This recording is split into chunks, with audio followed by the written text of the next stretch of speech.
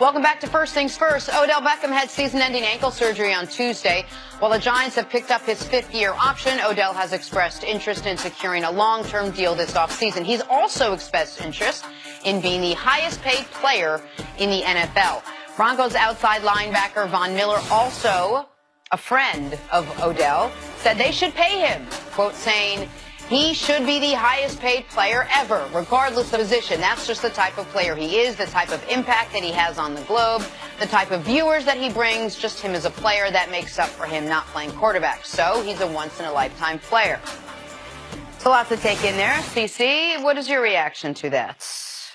Well, several things.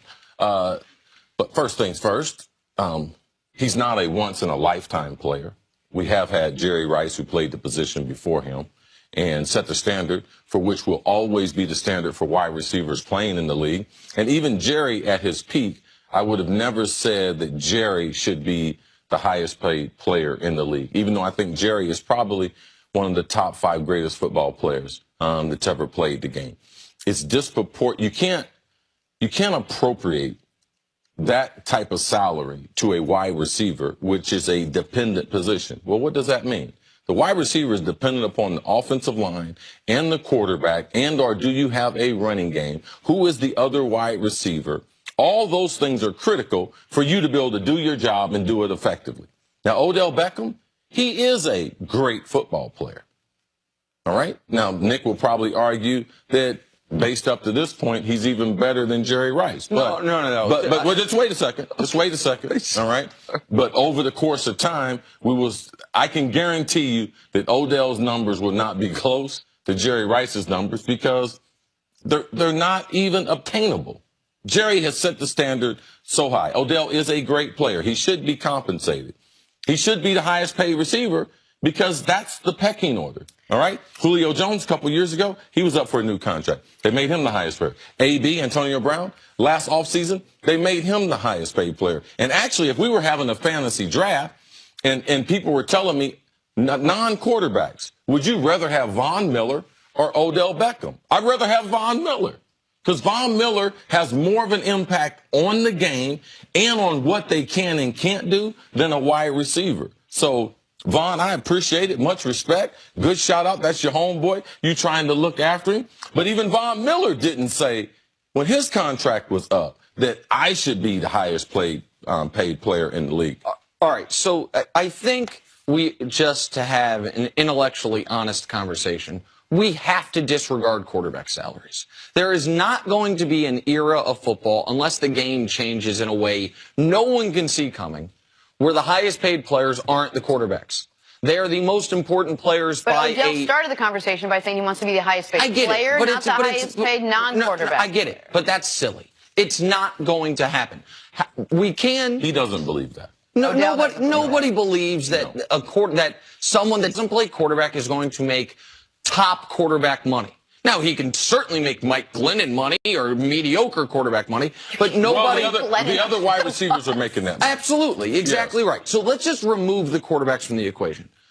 Is Odell good enough to be the highest paid non-quarterback in football?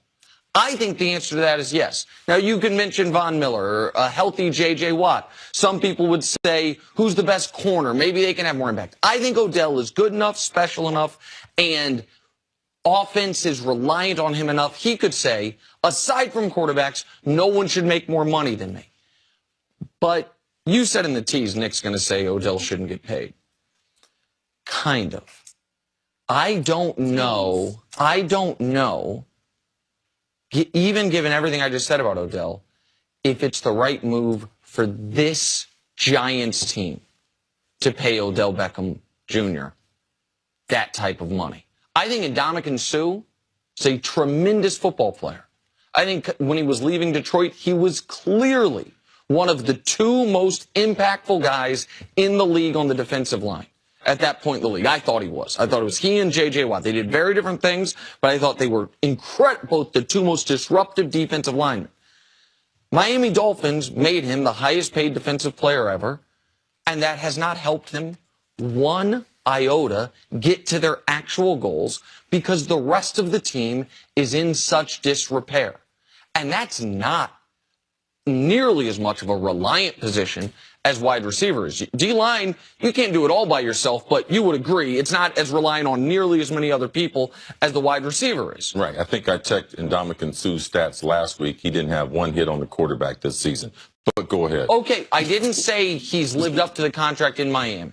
I said when he was leaving Detroit, I thought he was that level of thought player. he was a good player. I don't even think Ndamukong Suh's a great player, but that's a different topic. Different topic. But there's the point that I make. Muhammad Wilkerson is another guy. It's a very, very good player. He's paid near, if not at the top of his position, and he's been on mediocre teams. Sometimes there are guys, in fact, almost all the time, if it's not a quarterback, let me put it like this.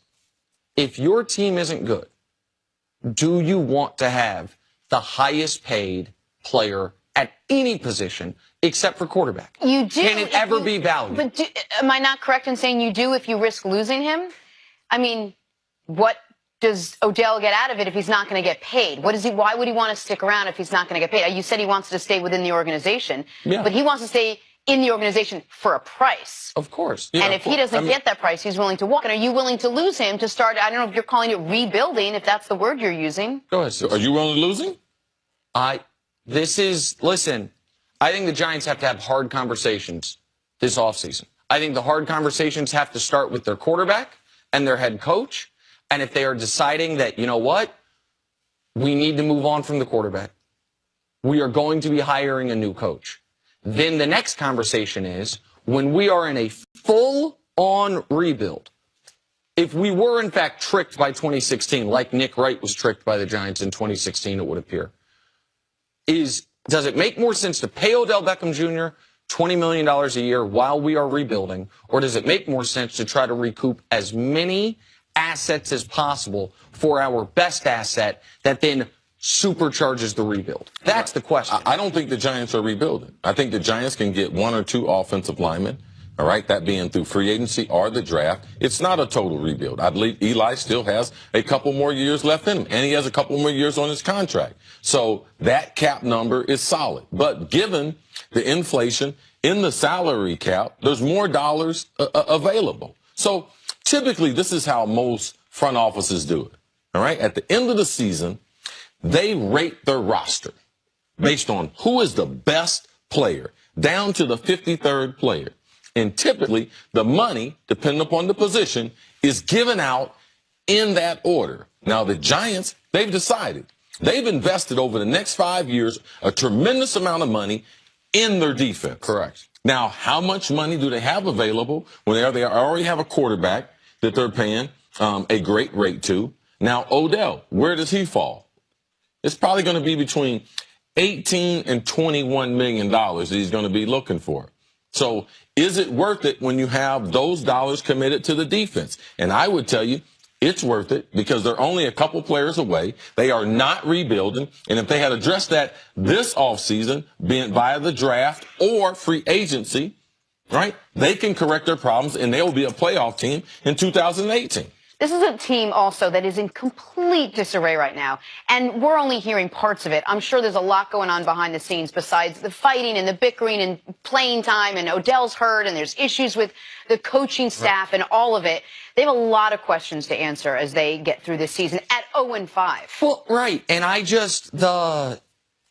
Chris is much more certain than I am that Eli Manning is the quarterback of the New York Giants next year. If Eli Manning is the quarterback of the team, then obviously you've got to make sure he has his most important weapon, his best target. And I don't think Odell. Just for a year? Well, so if they let Eli go, they go into the draft a quarterback. Then at that point, they should let Odell walk. They shouldn't pay him. At that point, I would certainly gauge the market on what can I get for Odell Beckham Jr. You don't let him walk. He's under contract next year. What can I get back for Odell Beckham Jr.? You guys, no one on this set or watching the show can accuse me of not being an Odell fan. You guys know how great of a player I think he is. I understand your point. But in a salary cap sport and in a sport where you have to make sure you're matching up trajectories of your key contributors, you have to ask, is he more valuable to us as someone playing for us or getting players that can play for us? All right, we got to take a break. Coming up, We saw it this way. Now watch this. Cece yells at Nick about What show Cam are we Newton. doing That's today? next on First Things First. What's happening? Who didn't sleep last night, guys? I slept plenty.